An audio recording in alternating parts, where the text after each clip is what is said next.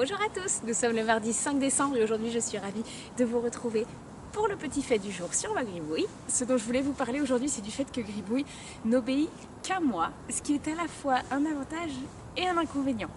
L'avantage, c'est que bien sûr ça fait une relation très exclusive, très particulière et que c'est un bonheur. C'est un peu gratifiant d'avoir une ânesse qui n'obéit qu'à soi et qui n'a confiance qu'en soi, mais il y a des situations dans lesquelles c'est très handicapant. Par exemple, quand je fais monter Gribouille par d'autres personnes, eh bien elle va faire semblant qu'elle ne sait rien faire. Elle sera jamais méchante, elle sera jamais vicieuse, elle va pas vous jeter par terre, lever les fesses pour vous désarçonner. Mais par contre, si elle peut vous frotter le genou contre un mur, ou si elle peut vous envoyer dans les branches en forêt, ou alors elle fait semblant qu'elle n'a pas du tout de direction, alors qu'en règne contraire, avec 1 gramme de pression, elle répond très bien. Ou alors elle va pas prendre ni le trot ni le galop, alors que moi avec un ordre vocal c'est tout de suite parti. Enfin...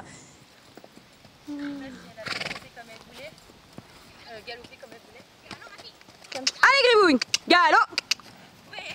Ça marche ma cave. L'habitude. C'est bien ma grosse. Voilà, elle va faire semblant qu'elle connaît rien, qu'elle sait pas faire, elle va un peu se moquer de vous. Voilà.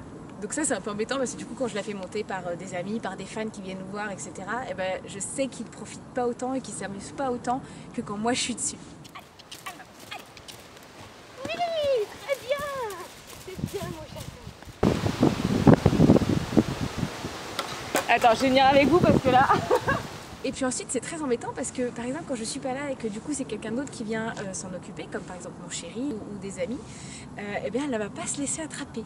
C'est-à-dire que s'il y a un médicament à lui donner ou quelque chose de spécial à lui faire, eh ben elle va faire tourner mes remplaçants en bourrique et ne pas se laisser attraper comme si elle était parfaitement et complètement sauvage. Ah mon bébé, oui tu as fait tourner papa Damien en bourrique un bon paquet de fois.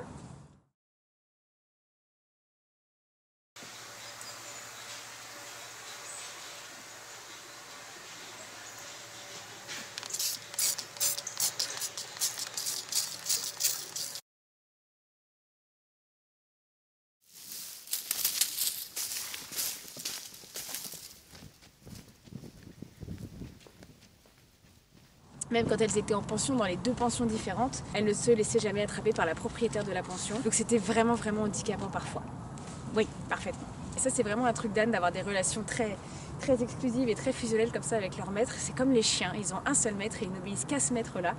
Donc c'est à la fois extrêmement gratifiant et extrêmement handicapant. Voilà. Bon, bah, j'espère qu'avec ce nouveau petit fait, vous en aurez appris un petit peu plus sur Gribouille. Nous, on va vous laisser, vous retrouver Victoire et Pépita demain et nous dans 2 jours. Donc je vous fais de gros bisous. Bisous!